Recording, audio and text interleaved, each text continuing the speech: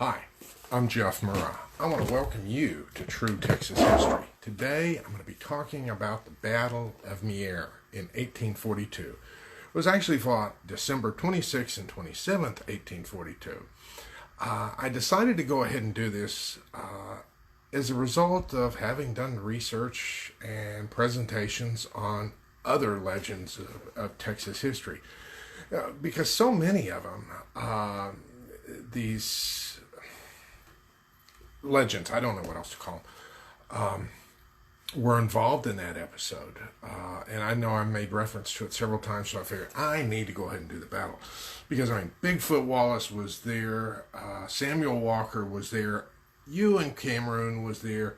Now, he is a bad dude. And several others. But let me go ahead and give you the context. I had mentioned in 1842, Wold made an expedition on into Texas, got into San Antonio, captured the whole district court, and drug them back to Mexico. Now, there were some fights and scrambles along the way, and of course the Texans, we gotta make them pay, and they were out to make them pay. And so they decided to go ahead and put together an expedition, a punitive expedition into Mexico. And the person chose to lead it was Thomas Saltus Lubbock. Now, Tom Lubbock is the Lubbock that the city and the county are named after. He not only led this expedition, at one point he was the commander of Terry's Texas Rangers, but that's a whole nother story. In fact, I did a whole nother book on that. But Tom Lubbock led them. Tom Lubbock had previously participated in the Santa Fe expedition, escaped, came back to Texas, led this punitive expedition, and they headed on down to Laredo.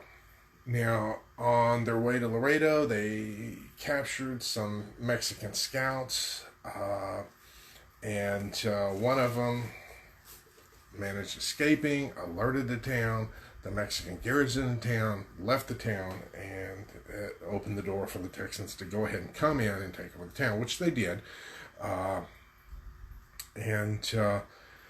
There were quite a few Rangers there. The Mcculloch Brothers were there, and several others. Now, after capturing Laredo, Lubbock and the Mcculloch Brothers and Jack Hayes returned to San Antonio. But a bunch of the people on the expedition, about 300 of the men, decided we need to go further into Mexico. So they went further into Mexico. They were going to make them pay. And they took the town of Guerrero and Tamaulipas, which they occupied, and they went even further into Mexico, down to the town of Mier. Now, on getting to the outskirts of the city, they asked for some supplies from local officials, and before any supplies could arrive, the Mexican general Ampudia, arrived with a large force, and he positioned his troops in the town. The Texians went ahead and attacked the town, and they managed to capture some key buildings. It got to be, there were about 300 Texians, and it got to be quite a firefight. And they got a solid foothold near the Mexican cannons. The Mexicans had set up cannons to combat the Texian invaders, and they made several attempts to go ahead and dislodge them. And there was, talk about urban warfare. This was intense, building to building type of stuff. And the Mexicans mounted two notable offensives. Both of them were pushed back. Each attack was pushed back. They managed placing their men up on the rooftops, like sniper positions and gutters, and they hoped to get a clear shot at the Texans. And the Texans, while repositioning to try to get themselves into a better spot, one of the buildings they broke into, there was a lot of bottles marked aguardiente, firewater, and they managed getting drunk. but and there were some other men who managed to get themselves wounded trying to get more aguardiente. And so it was kind of like one of those legendary things where people were getting shot, getting boozed. But they were still positioned near the cannons. And so the Texans started doing things like forming lassos and throwing them around the edge of the building to try to get the cannons. Now, the Texans had positioned themselves to where their sharpshooters were knocking off the Mexicans. I mean, they killed about 40 cannoneers. At any time the Mexicans tried to man the cannons, they shot the people. And now the Texans were trying to lasso the cannons and bring them on into their control. Can you imagine having a standoff in town with the Texans capturing the cannons? Now, they never managed to go ahead and get the cannons. And the whole time, keep in mind, some of the men are drunk, and the Mexicans are on the rooftops, cajoling them, cursing them, yelling at them. So you have this big brouhaha going on. And then a third attack came on, and this time the attackers wore these tall black hats with white bands. That meant that they were part of the Presidio Ales, or the city guards. And they bravely rushed forward. The Texans, they had too good an aim. I suspect better weapons. It was just too much. And the third attack failed. And about that time, night came on. And there was a lot of shooting and bugle calls. And the Mexicans were repositioning. And that kept the Texans from getting any rest. Because after an all-day firefight, you're worn out. You want some rest. And they weren't able to get any. And plus, the ammunition was running low. To give you an idea, you had originally had a force of 300. You've had some casualties now. The numbers are down. And you're surrounded by 2,000 Mexicans. Well, even at 2,000 Mexicans to 300 Texans, the odds were not in their favor. Plus, running low on ammo was not good. Plus, they were on foreign soil. They weren't even on their own territory. So Captain Ewan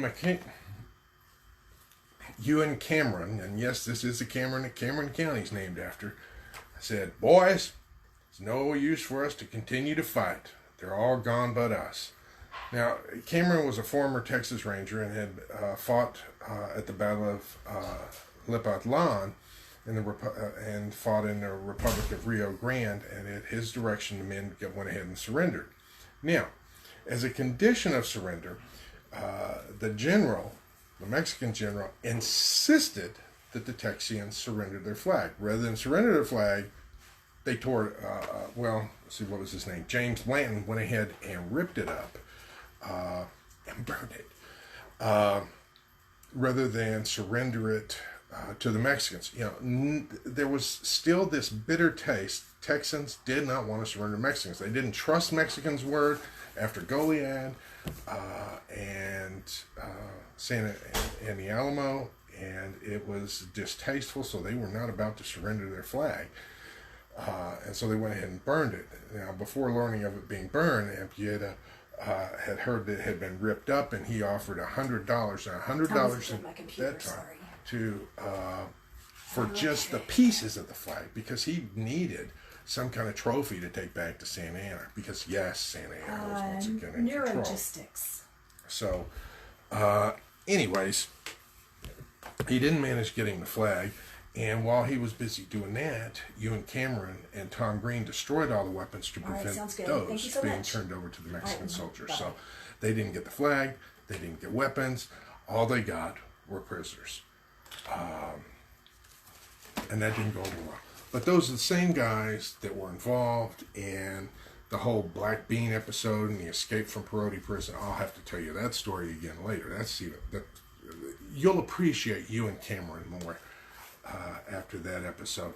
But I needed to go ahead and cover the Battle of Mier because so many tall Texans were involved in that episode. And it's one that you typically don't find in many other history books. So, now another thing, at that time, Texas flags were a treasure. We didn't want to surrender them to anybody. And although the Republic had passed some rules about the size and what they're supposed to be made of, no two Texas flags were the same at that point. I mean, yes, we had the Lone Star, the red, the white, the blue, and the pattern, but the sizes were all different. And I know there's a couple of them that exist. I know that there's one in Houston. I've got a picture of it here. That's in a museum there. But the Republic of Texas flags are not easy to come by. Here it is. Notice the star definitely not machine made. And this is one that it's in the Heritage Society in Houston, Texas. So, Mier, till next time, vaya con Dios, my friends. Goodbye.